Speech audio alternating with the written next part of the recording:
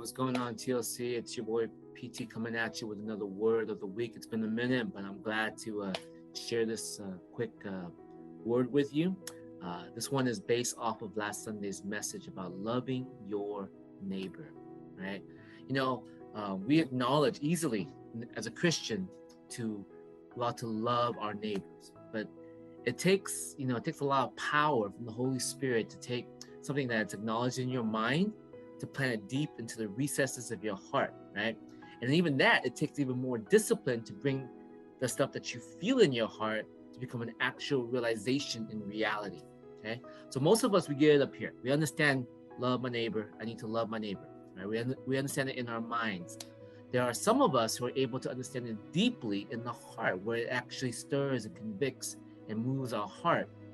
But very, very, very few of us have the discipline to actually bring this love into a reality in the life that we live, right? Many of us think that loving well is just a feeling, it's just, being nice or not ruffling feathers. We underestimate the depth of our bad habits and what is needed sometimes to sustain a long-term relationship, Christ-like relationship with others, right? And so today I want to offer 4 practical skill areas to work on to discipline yourself in order to learn to love well. Full disclaimer, practicing these skills will cause a level of discomfort initially because we're just not used to doing it, right? They are easy to understand, but very difficult to implement. But like any discipline, you stick with it long enough and the payoff is absolutely life transforming, okay?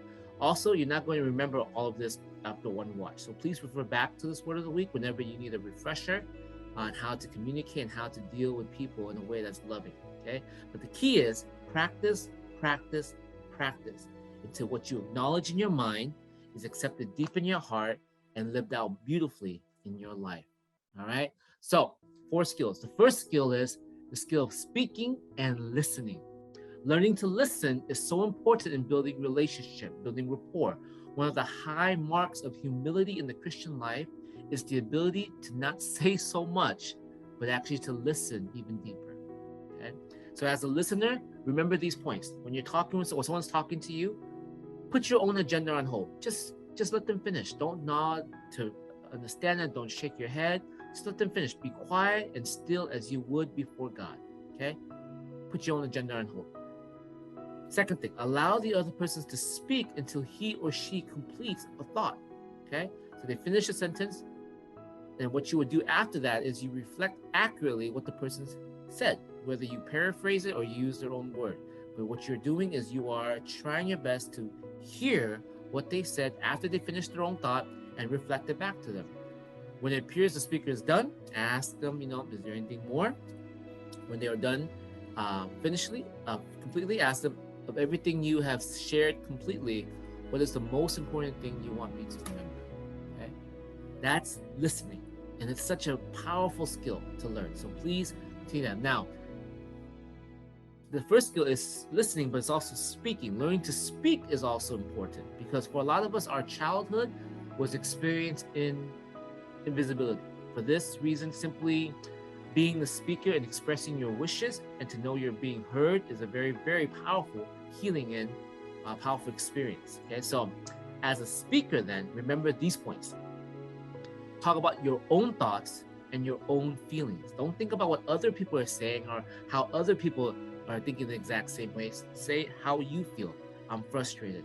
I feel this way. I'm thinking that this should be, and these are the words you use. Use the I statements. Don't just say so-and-so said this too and so-and-so said that too. Talk about your own thoughts, okay? Second thing, be brief. Use short sentences or phrases. Don't go into this long narrative. It's so sometimes very hard to follow. Sometimes people get lost in that. If you're speaking, use the I statement, but be brief. Use short sentences and phrases so that people understand your thoughts in chunks, okay? Third thing, correct the other person if they are missing something when they're reflecting what you're saying. So if they're, after you finish a thought and they're reflecting it and it doesn't seem like they're getting it, make sure you correct them. Say, oh no, that's not what I meant. What I said was, and then you repeat what you said, okay? Fourth thing, continue correction and clarifying until you feel like you've been understood. This is one of the most important things. You gotta leave the whole speaking time with the understanding that, hey, you know what? They understood. They got me. They know what I'm feeling and what I'm thinking and how I believe about the situation. Okay. And lastly, when you're done with, you don't have anything else to say, just say, that's it for now. Okay. So the first skill is the skill of listening and speaking. Now the second skill is this, is to give respect. Give respect. Respect is not a feeling, is how we treat another person. So regardless of how we may think about them, they are made in the image of God and of infinite worth and value. Therefore, they need to have respect. So learn to offer respect, okay? So respect means I give others the right to what? One, space and privacy. Don't be opening their mail, or don't make sure you knock before you walk into the room, right? Respecting others means that you give them the right to be different, you know, allowing their preferences of food or their preferences in movies or how loud they play their music, okay? Respecting others means that I give the right to disagree, right? Making room for each person to think and see life differently. So, you know, if they don't agree with you, respect that. Respecting another person is giving others the right to be heard, listening to each other's desires and opinions. Okay? Respect means I give others the right to be taken seriously. Be present when you're talking to them. Be present with them. Don't just be running around, because respect is, I respect your time, I respect your space, I respect being here with you. So be present. Respect means also I give others the right to be given the benefit of the doubt, right? Check your assumptions before you prejudge the situation, okay? Give them the benefit of the doubt. Respecting someone means I give the others the right to be told the truth, right? You are willing to tell them the truth, not to sugarcoat it, not to hide it, not to not say anything, but to actually give the right to tell them the truth. In addition, respect means I give others the right to be consulted, checking and asking when decisions will affect others. You know, if you're gonna make a decision and you know it's gonna affect somebody, respect is, hey, let me consult you on this. Let me see what your thoughts about this, because I know it's gonna affect you, rather than just go behind their back and do it, right? Respect means I give the others the right to be imperfect and make mistakes, because oftentimes you have to realize that you yourself are imperfect. You've made mistakes. So respecting another person is giving them the space for that, okay? So the first skill is very simple, speaking and listening. Second skill, give respect. The third skill is check your assumptions. Check your assumptions. Realize that every time you make an assumption about someone who has hurt or disappointed you without confirming it, you end up believing a lie about this person that's in your head. It's a misrepresentation of reality. So, and because you did not check it out with the other person, it is possible to believe something that is untrue, and worse yet, being able to pass this assumption around to others, which is even worse, right?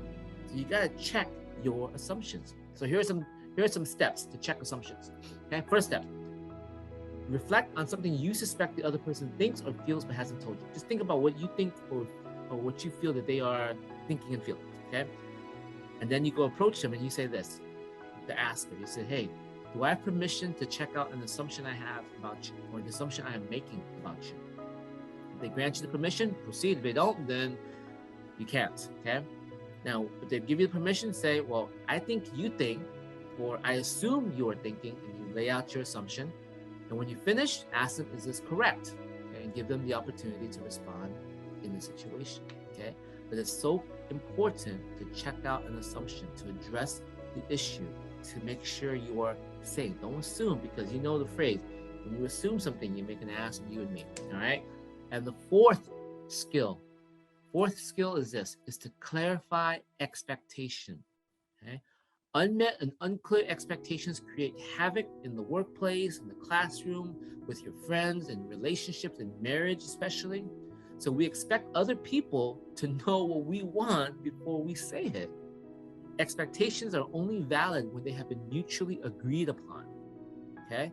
So we gotta clarify expectations. So for expectations to be established, there must be this. First, consciousness. Do you realize you have this expectation of them? Some people, they have expectation, but they don't even realize they have this expectation. Okay? Secondly, is your expectation realistic? Is the expectation you have of the other person realistic? Meaning, like, for example, if the expectation is they are going to fulfill my every need, that is not a realistic expectation, okay? So you gotta check your expectations. Thirdly, spoken. Have you spoken your expectation clearly, directly, and respectfully to this person? Have you told them your expectation? And lastly, have they agreed upon this expectation? Is the other person aware of the expectation, and have they agreed to the expectation? Because if they haven't, you're just merely living in hope, not reality. Okay? So 4 things of just practice of how to really create love in relationships. Okay? This is for people who are close or not so close or distant or even maybe even enemies. But these are ways in which you practice doing what the Bible calls peacemaking. Okay? Blessed are the peacemaker, the Bible says, before they will be called children of God. Okay? First skill, speaking and listening. Second skill, giving respect. Third skill, check your assumptions. And fourth skill, clarify expectation. Of course, I can unpack this a lot, but given the time frame, this is all I can do. So just refer back to this word of the week, and practice these things. Practice it in your marriage. Practice it with your soul. Practice it with people at work. Practice it in your classroom. Practice it with people you meet on the streets. It has the ability to really bring distance, to bridge the distance, and taking what you know in your mind, right, and putting it into your heart, and then living it out in reality. So, church, I love you. I hope this was helpful, and see you next time.